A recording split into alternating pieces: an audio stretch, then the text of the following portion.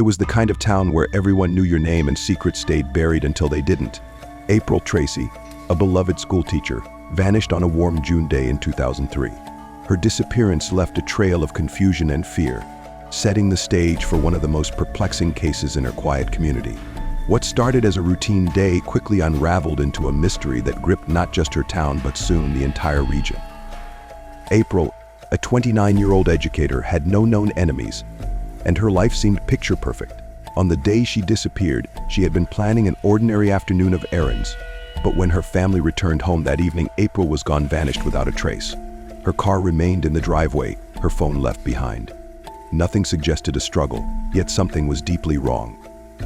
The initial police investigation stalled, with little to no evidence to work with. Her friends, family, and colleagues were devastated, and the police initially thought it might be a case of a young woman seeking space after personal problems. But the days passed with no word from April, and hope turned to fear. It would take years of investigative work, interviews, and following false leads before anyone came close to understanding what happened. Yet the truth was far closer than anyone could have guessed. April Tracy was more than just a name in the headlines. She was a caring schoolteacher deeply involved in her community. Born in 1974, she spent her life dedicated to helping others. As a special education teacher, April had an unmatched ability to connect with children, particularly those who struggled the most. Her students loved her, and she was known for going above and beyond to ensure they succeeded in both school and life. April's empathy extended beyond the classroom. She was an active volunteer at her local animal shelter, an advocate for children with disabilities, and someone who always looked for the good in people. But beneath the surface, there were aspects of April's life that few knew about. She had recently moved to a new town in the hopes of escaping a difficult past. A long-term relationship had ended, leaving her heartbroken and searching for a fresh start. Those close to her described April as resilient and optimistic, despite the personal hardships she'd faced. She moved to this quiet town, envisioning it as a place where she could begin to heal, find peace, and continue her passion for teaching. The town of Brooksville was a picturesque place, nestled in a quiet corner of Virginia. It was small enough that people rarely locked their doors, and crime was almost unheard of. The streets were lined with quaint houses where neighbors knew each other by name and life moved at a slower pace. The town seemed like the perfect escape for April. Here, she could build a new life and make a difference with the students she loved so dearly. She rented a modest home on a peaceful street, a home that would soon become the epicenter of an investigation that would shake the town to its core. April's days were predictable. She taught at the local elementary school, where her students adored her, and she spent weekends exploring the surrounding nature or relaxing with friends. Her routine was stable, and she seemed to be adjusting well to her new life. That is, until the day she didn't show up for work, and her carefully crafted world began to crumble. The last time anyone saw April, she was leaving her house early in the morning, as she did every day, prepared for another day of teaching. She waved to her neighbor, got into her car, and drove off down the tree-lined street. Nothing seemed out of the ordinary, but this would be the last confirmed sighting of April Tracy. June 12, 2003, began like any other day in Brooksville. The town was quiet, and the summer heat was already starting to settle in. But for April Tracy's friends and colleagues, the day quickly turned into one of confusion and concern. When April didn't arrive at school by 9 a.m., her coworkers started to worry. She was never late, never missed a day without letting someone know. Calls to her home phone went unanswered, and after a few hours of silence, the police were contacted. Officers arrived at her home to find her car parked in the driveway, but there was no sign of April. Inside the house, nothing seemed amiss.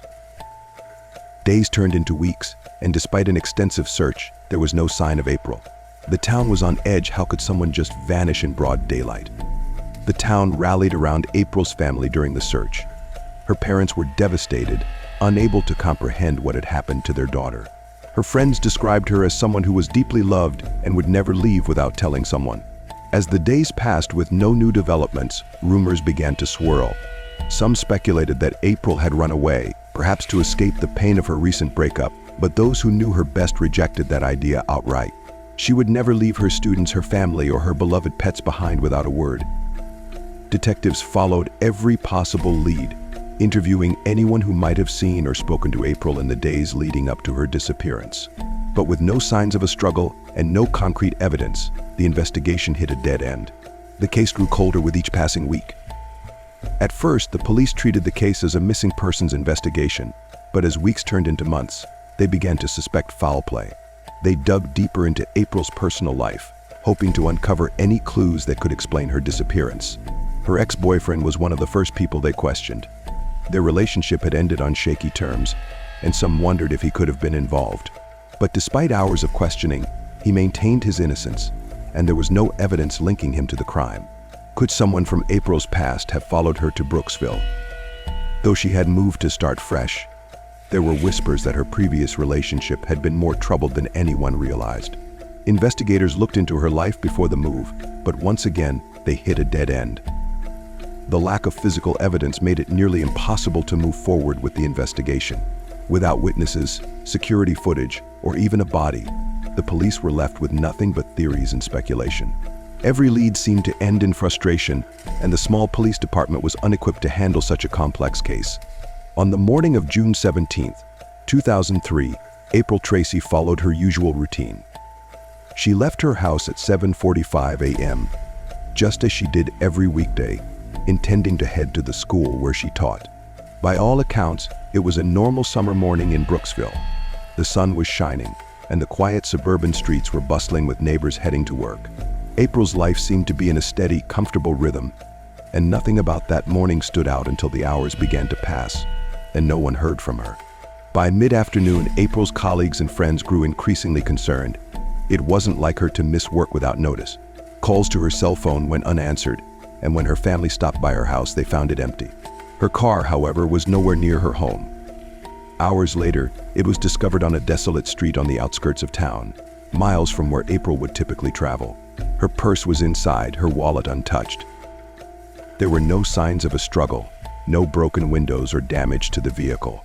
It was as if she had simply vanished into thin air. Investigators arrived at the scene and conducted a thorough search of the area, but nothing significant was uncovered. The location where her car was found was remote, a place April had no reason to visit. The lack of evidence frustrated both the police and her family, leaving them to grapple with more questions than answers. As the hours turned into days, the mystery deepened. Without any clues, it seemed as though April had disappeared without a trace, leaving behind a community desperate for answers. The initial investigation prompted officers to canvass April's neighborhood, searching for any witnesses who might have seen or heard something unusual. Several neighbors recalled seeing April leave her house that morning, just as she always did, but one neighbor mentioned something odd: a suspicious vehicle parked near her house. The car was unfamiliar to the neighborhood, and no one seemed to know who it belonged to. This lead, though small, was followed up by police, but no one could positively identify the car or the driver.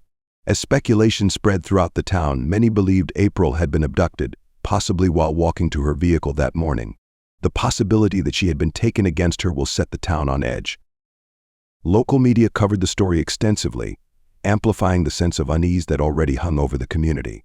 Neighbors who once felt safe now began locking their doors and looking over their shoulders. Parents warned their children to stay close to home. April's friends and family remained glued to the phone, hoping for any word on her whereabouts. But as the days stretched on with no developments, hope began to fade.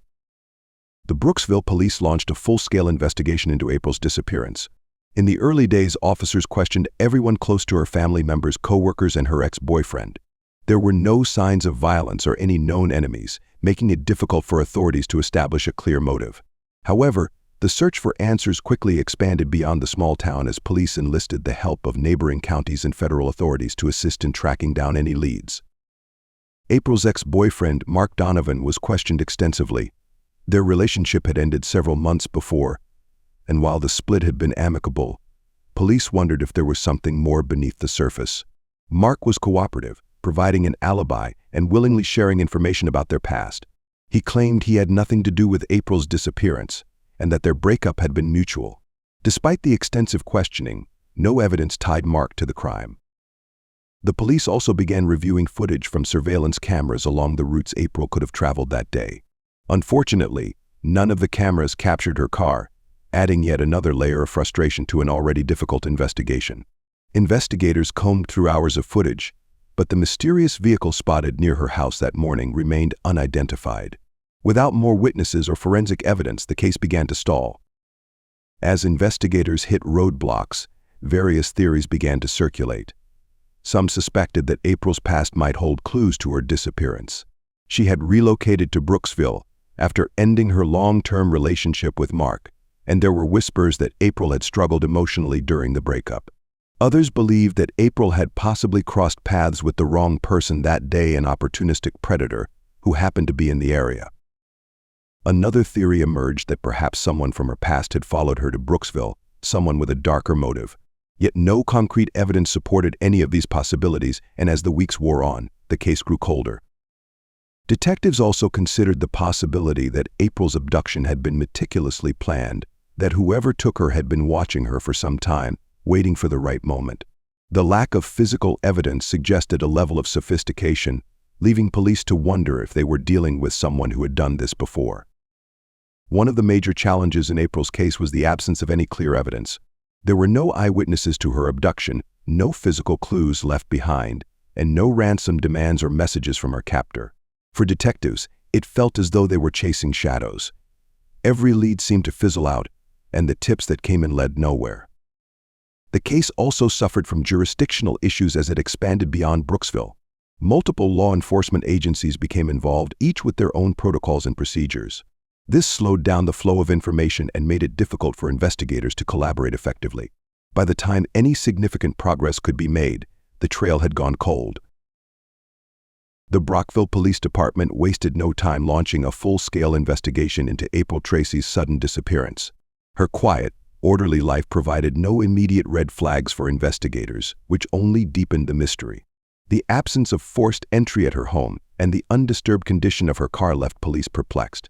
There was no clear evidence of a struggle, no signs of foul play, just an abandoned vehicle on an empty road and a vanished woman. The first days of the investigation involved an exhaustive search of the area where April's car was found. Canine units were brought in to help trace her scent, but the trail ran cold after just a few blocks. With no leads to pursue, detectives turned their attention to her personal life, combing through her phone records, emails, and social media accounts in search of clues. They interviewed her friends, family, and colleagues, all of whom were equally mystified by her sudden disappearance. Initially, detectives speculated that April may have left town voluntarily, but this theory was quickly dismissed. Her friends and family described her as a stable, well-adjusted woman with no history of mental health issues or erratic behavior. Moreover, she had no reason to run away. April had just signed a new lease on a house, and her job as a special education teacher was going well. By all accounts, she was happy and settled in her life. One of the first people questioned by police was April's ex-boyfriend, Mark Donovan. The two had ended their relationship several months before her disappearance, but they had remained on amicable terms. Mark had recently moved to the Brooksville area to be closer to his family, and though there was no indication that their breakup had been contentious, detectives could not ignore the possibility that he may have been involved. Mark was cooperative with the investigation, providing a detailed account of his whereabouts on the day April vanished. He told investigators that he had been at work all day and had not seen April for weeks prior to her disappearance. His alibi was corroborated by several coworkers, and police found no evidence linking him to the crime. Despite this, Mark remained a person of interest in the early days of the investigation, as detectives continued to explore all possible leads. Another promising lead emerged when neighbors reported seeing a white sedan parked near April's home on the morning of her disappearance. The car had been spotted by several witnesses, but no one could recall seeing the driver. Police issued a public appeal for information about the vehicle, but despite widespread media coverage, the car was never identified. This lead, like so many others in the case, seemed to go nowhere. As the investigation dragged on, various theories began to circulate within the community. Some speculated that April had been targeted by someone from her past, perhaps a former student or parent from the school where she worked. Others wondered if she had been the victim of a random abduction, possibly by someone passing through town. But without any concrete evidence, these theories remained purely speculative. Investigators also considered the possibility that April's disappearance was linked to a string of similar cases in nearby counties. Over the past few years, several young women had gone missing under similar circumstances, only to be found murdered weeks or months later. While there were no immediate connections between April's case and these other incidents, detectives could not rule out the possibility of a serial predator operating in the area. From the outset, the investigation into April's disappearance was hampered by a lack of physical evidence. Despite exhaustive searches of her home, car, and the surrounding area, detectives found no DNA, fingerprints, or other forensic clues that could point to her abductor. This, combined with the fact that there were no eyewitnesses to her disappearance, made it incredibly difficult to build a solid case. Compounding the problem were the conflicting accounts from witnesses. While several neighbors had reported seeing the mysterious white sedan, their descriptions of the car varied significantly. Some described it as an older model, while others insisted it was newer. There was also disagreement about the time it had been seen. These inconsistencies made it difficult for investigators to pin down a definitive timeline of events. Another major obstacle was the lack of usable surveillance footage. Although there were several cameras located near the route April would have taken to work, the footage from these cameras was either too grainy or did not capture her vehicle at all. The only footage that showed any potential leads was from a nearby gas station, but even this proved frustratingly inconclusive. The car in question was too far away to be identified, and the angle of the camera made it impossible to see the license plate. As the investigation stretched into weeks and then months, leads began to dry up. Tips from the public slowed to a trickle, and despite repeated pleas for information, detectives found themselves no closer to solving the case. April's family, desperate for answers, held vigils and press conferences, but their efforts yielded little new information. In the face of these challenges, the police continued to pursue every possible lead, but the roadblocks were mounting. With each passing day, the chances of finding April alive seemed to grow slimmer. Yet her family refused to give up hope, believing that somewhere, someone knew the truth about what had happened to her. By 2005, 2 years after April's disappearance, the case had grown cold. Despite the best efforts of law enforcement, no solid leads had emerged, and hope was dwindling. But then, a breakthrough arrived in the form of an unexpected letter. It was handwritten, anonymous, and postmarked from a nearby town. The letter was chillingly specific, containing details about April's disappearance that had never been made public. The anonymous writer claimed that April had not been the victim of a random crime, but had instead been targeted in an act of revenge. The letter referenced several obscure facts about April's personal life, including details about her former relationships and her job as a teacher. Investigators were stunned if the letter was authentic. It meant that someone close to April knew more than they had initially let on. Detectives worked tirelessly to verify the information in the letter. They combed through April's old files, revisited her social circle, and re-interviewed key individuals in her life. The anonymous letter hinted at a deep-seated personal grudge against April, suggesting that her disappearance had been meticulously planned by someone who had known her for years.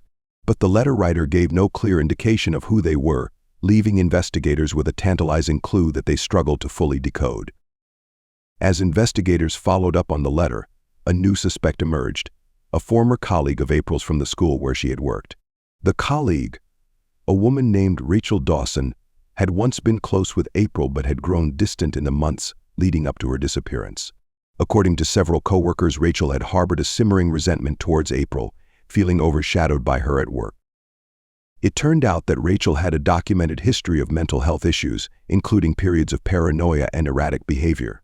After April's disappearance, Rachel had left her job abruptly and moved to another town, raising suspicion.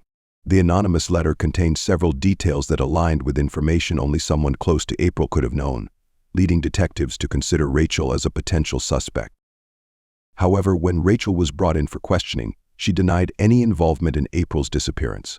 She admitted to feeling envious of April but insisted that she had never acted on those feelings. Without any physical evidence linking her to the crime, the investigation hit a wall once again. The letter, while disturbing, was not enough to build a solid case against Rachel or anyone else. For 2 more years, April's case remained unsolved, a source of ongoing anguish for her family and the Brooksville community. But in 2007, a startling discovery changed everything. A construction crew working on a new housing development in a remote area stumbled upon a shallow grave in the woods. Buried beneath a layer of dirt and debris were human remains, badly decomposed but still identifiable through dental records. The remains were confirmed to be April Tracy's. She had been buried just 10 miles from where her car was found abandoned 4 years earlier. The discovery of her body reignited the investigation, and detectives now had a new crime scene to analyze. The forensic team uncovered signs of trauma on April's skeleton, indicating that she had likely been murdered shortly after her abduction. But despite this breakthrough, there were still no clear suspects. The location of April's grave was puzzling to investigators. The area where her body was found was isolated and largely inaccessible, suggesting that the person responsible had intimate knowledge of the local geography. This led detectives to reconsider several people in April's life, including those who lived or worked in the surrounding area. But once again, the trail seemed to run cold, with no definitive evidence pointing to a single suspect. The discovery of April's remains brought some closure to her family, but it also raised more questions than it answered. Who had killed her, and why? Was it someone she knew, or a random predator? And what was the connection, if any, to the anonymous letter received 2 years earlier? The discovery of April's remains breathed new life into the investigation, and the pressure to find her killer intensified.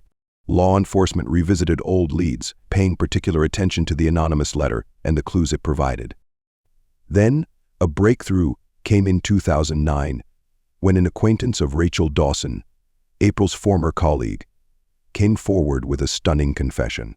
According to this source, Rachel had spoken about April's disappearance shortly after it occurred, confessing that she knew more than she let on.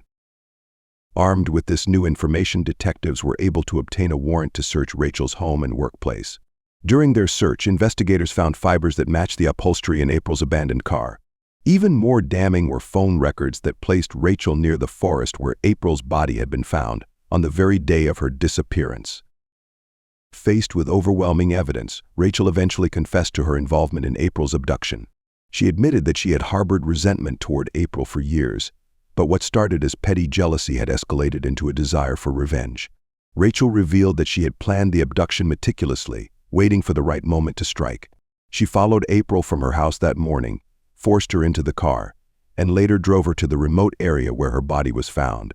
In a chilling statement, Rachel told investigators that she had never intended for things to go so far, but once she had started, she felt there was no turning back. While Rachel Dawson's arrest provided some answers, not everyone in April's community was convinced that the case was closed. Many believed that Rachel had not acted alone, and that someone else, possibly the anonymous letter writer, had helped orchestrate the crime. Despite extensive questioning, Rachel refused to name any accomplices, and no further arrests were made. For April's family, there was relief that her killer had been caught, but they couldn't shake the feeling that there was more to the story than what Rachel had confessed. April Tracy's family, particularly her mother, had spent years waiting for closure.